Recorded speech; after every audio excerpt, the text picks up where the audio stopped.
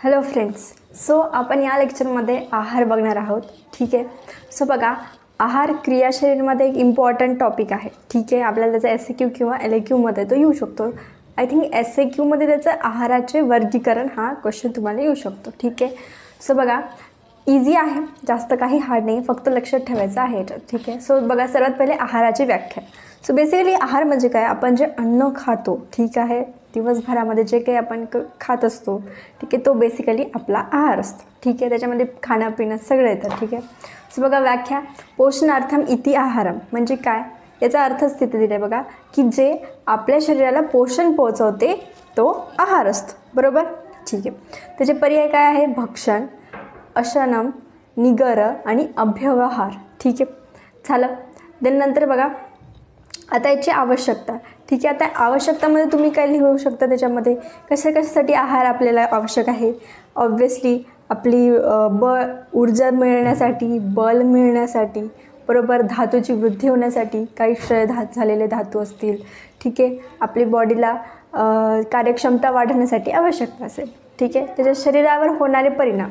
ठीक आहे. शरीरावर काय परिणाम होणार, मग त्याच्यावर सपोज आपण आहार घेतला तर काय होईल, धातुवृद्धी होईल, बरोबर, दोषसुद्धा वृद्धी होते, बल वाढते, बुद्धी वाढते. ठीक आहे. आणि सेम त्याच्या कार्यामध्ये सुद्धा तेच येणार आहे बघा, धातू पोषण होईल, बल वाढेल, जाठराग्नी प्रदीप्त होईल. ठीक आहे.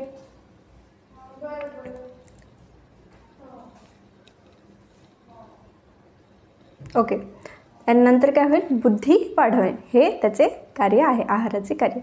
आता मेन म्हणजे त्याचे वर्गीकरण काय आहे. सो बघा, आहाराचे वर्गीकरण. सो इथे दिले आहे, वेगवेगळे टाईप्स दिले आहे. ठीक आहे. सो त्या बेसिसवर त्याचे टाईप्स केलेले आहे आहाराचे. ठीक आहे.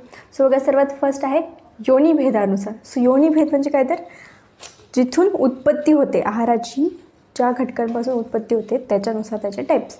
सो आहाराचे किती टाईप्स केले, 2, एक स्थावर आणि एक जांगम. स्थावर म्हणजे काय, आता मी इथे तुम्हाला एक शॉर्ट फॉर्ममध्ये, चार्टच्या फॉर्ममध्ये दिलं आहे, तुम्हाला ते एक्सपांड करायचं आहे एक्झाममध्ये. बरोबर. तर स्थावरमध्ये तुम्ही लिहिणार, पहिले हा चार्ट करणार, मग लिहिणार फर्स्ट स्थावर. स्थावर म्हणजे काय, की एकाच ठिकाणी स्थित असलेले पदार्थ, त्याच्यापासून आपल्याला आहार मिळतो. ठीक आहे, द्रव्य. आणि जांगम म्हणजे काय, तर हालचाल करणारे, ठीक आहे, जसे की प्राणी. बरोबर. सो आता स्थावरचे पण 2 टाईप्स आहे, वनस्पती आणि खनिज. झालं. त्याच्यानंतर आणि याच्यामध्ये काय येईल, जांगममध्ये सर्व प्रकारचे प्राणी येतील. ठीक आहे. आता बघा, वनस्पतीमध्ये कोणकोणते येतात, धान्य, भाज्या, बरोबर. नंतर खनिजमध्ये काय येतील, मीठ, जे मिनरल्स आपल्याला भेटतात. ठीक आहे. सो हे खनिजमध्ये आपल्याला येईल, सेंधव, लवण. ठीक आहे. जांघामध्ये सर्व प्राण्यात काय येईल, दूध येईल, गाईपासून मिळतं आहार, बरोबर, लोणी, मांस, मध, हे कशापासून मिळतं, प्राण्यांपासून आपल्याला मिळतं. झालं. त्यानंतर प्रभावभेदानुसार. प्रभावभेद. आता प्रभावभेद म्हणजे काय, तर आपल्या शरीरावर आपण जो आहार घेतो त्याचा काय प्रभाव पडणार आहे. त्याचे 2 टाईप्स केलेले आहे आहाराचे, एक हितकर आणि एक अहितकर.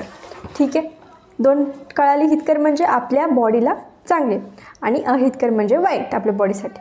सो बघा, याचेसुद्धा आता हितकर म्हणजे काय, तर बघा, धातू साम्य टिकते. जर आपण हितकर आहार घेतला as according to our body type, तर आपले जे धातूचे जे इक्वॅलिटी आहे तर ती मेंटेन राहते.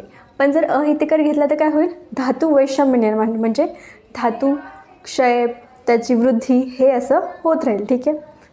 तर बघा, आता याच्यामध्ये हितकर आहारमध्ये कोणकोणते एक्झाम्पल्स आहेत बघा. आपण सगळे धान्य बघितले आहे मागच्या चॅप्टरमध्ये. ठीक आहे. अष्टांग हृदयमध्ये.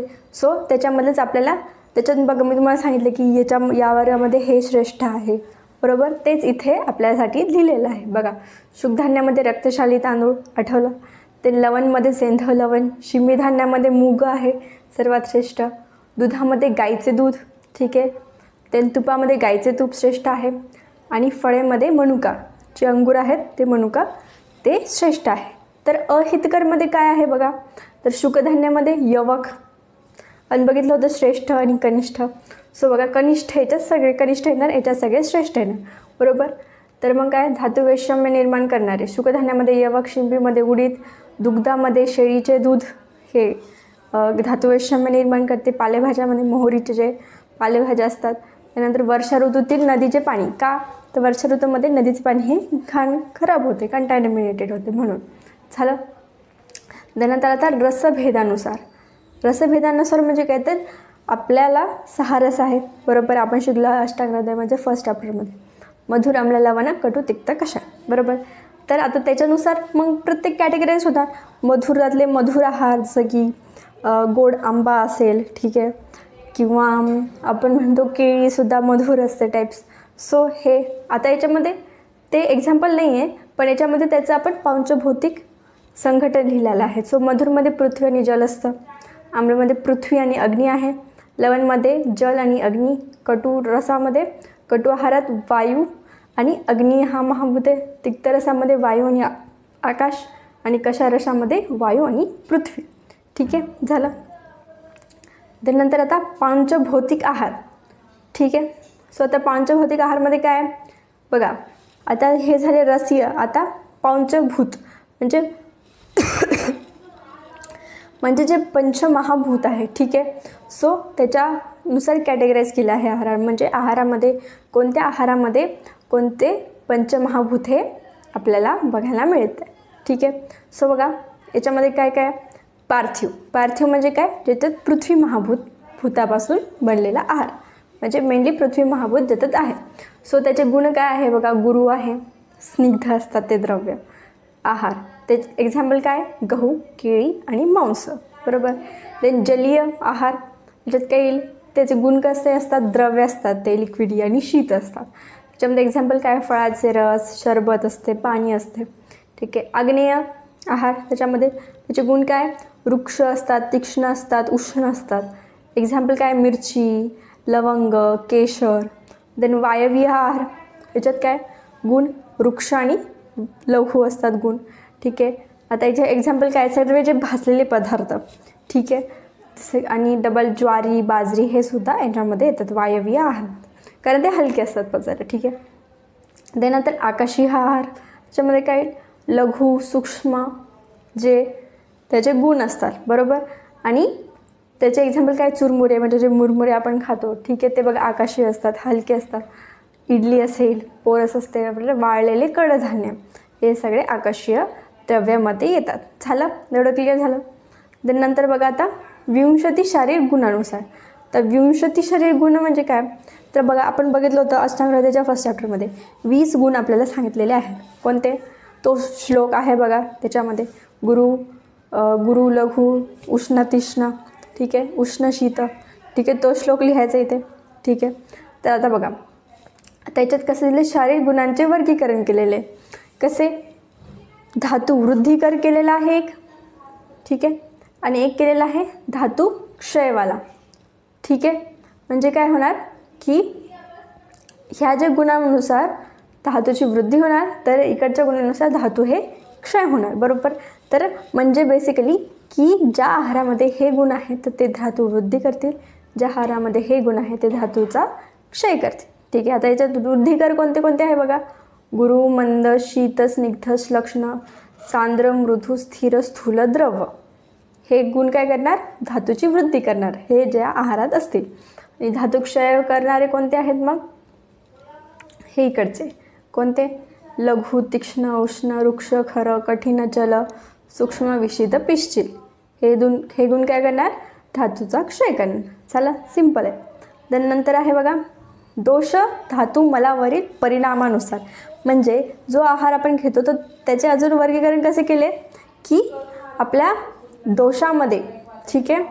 दोष असतील, धातू असेल तर त्याचा आपल्या धातूवर काय परिणाम होतो त्या आहाराचा, त्याच्यानुसार वर्गीकरण.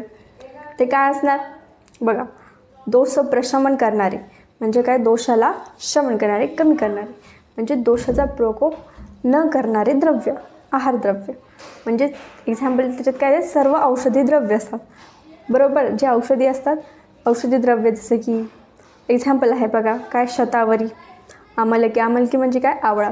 सो काय करतात, दोषाचं प्रशमन करतात, कमी करतात.